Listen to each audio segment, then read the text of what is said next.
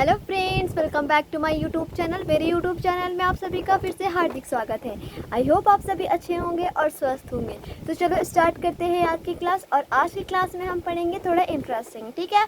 तो आप लोग बिल्कुल रिलैक्स हो जाइए, कॉपी पेन ले लीजिए और पढ़ाए जो भी या फिर जो लिखवाएं या सेंटेंसेस दे आप लोग अपनी कॉपी पे नोट कीजिए और लिखते जाइए, ठीक है। तो देखो बच्चों, आज हम पढ़ेंगे पास था। पिछले क्लास में हम लोगों ने क्या पढ़ा था? हाँ, पास है हम लोगों ने पढ़ा था। आज हम लोग पढ़ेंगे पास था।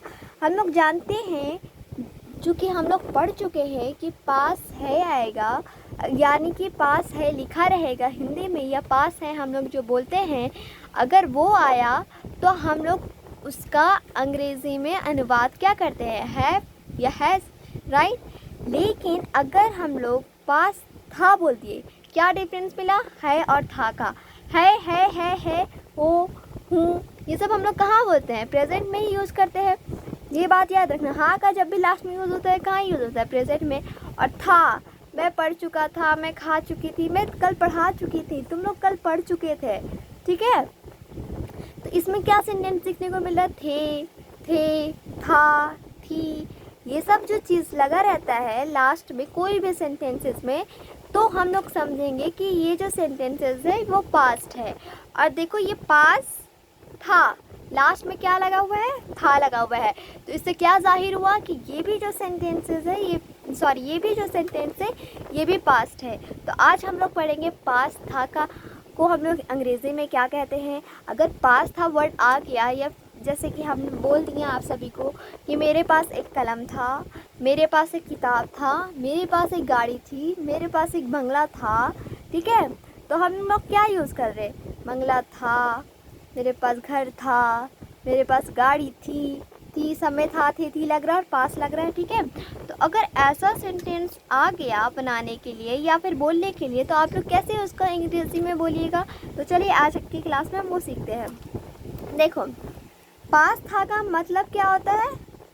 हैड। एंड डोंट वरी, इसमें कोई दो मतलब नहीं आएगा कि सिंगुलर के साथ अलग लगेगा और प्लूरल के साथ अलग लगेगा। आप लोग ये बात याद रखिएगा, अगर पास था आ गया तो ये बिल्कुल सिंपल है।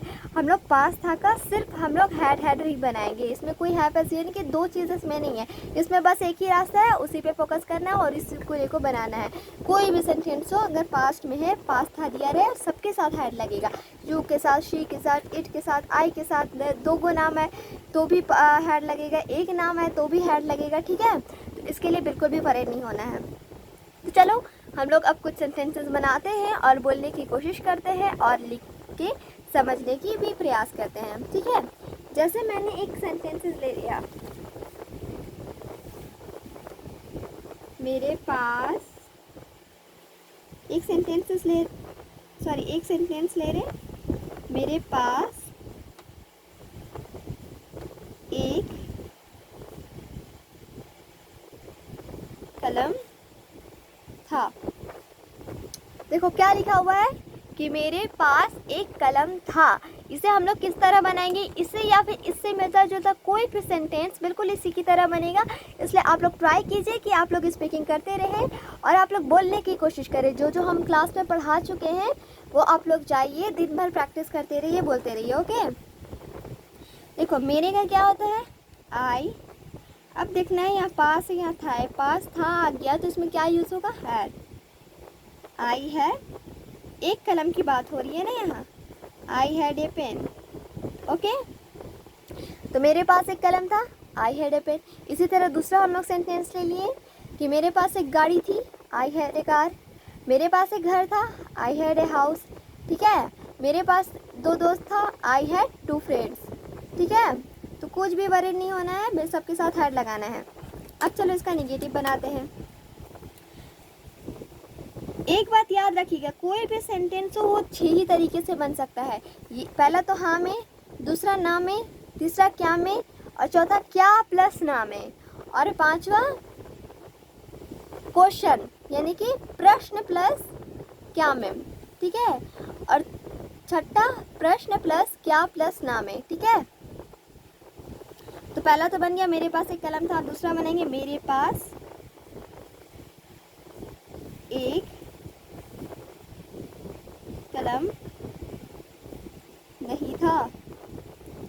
मेरे पास एक कलम नहीं था। इसे हम लोग कैसे बनाएंगे?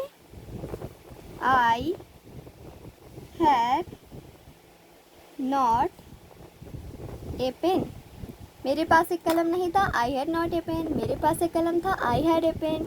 अब हम लोग बनाएंगे क्या मेरे पास कलम था? क्या मेरे पास कलम था?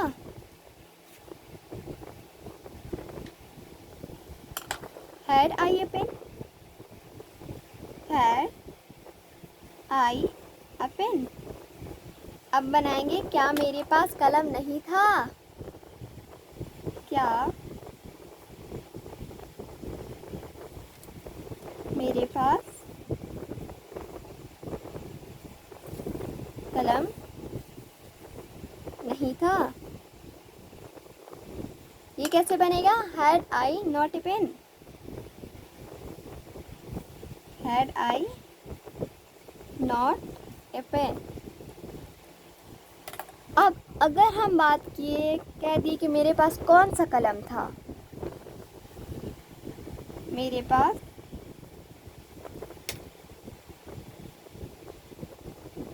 कौन सा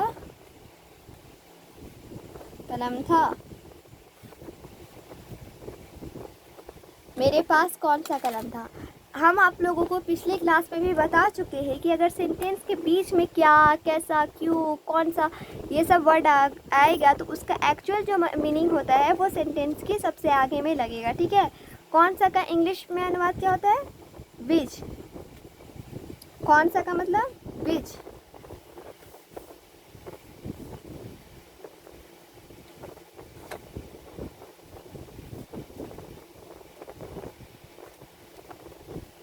देखो, इसके लिए भी परेशान नहीं होना है। देखो, हम जैसे कि ये सेंटेंस लिख लिए, which had a pen, which I had a pen. हम इसे इस तरह भी लिख सकते हैं, विच पेन आई हैड, या फिर हम इसे एक कलम है ना सिर्फ, विच पेन आई हैड, हम इसे इस तरह भी लिख सकते हैं, विच हैड आई पेन। ठीक है। जैसे कि हम इसे इस तरह भी लिख सकते हैं, विच पेन आई हैड। ठीक है। अब मेरे पास कौन सा कलम नहीं था? मेरे पास कौन सा कलम नहीं था?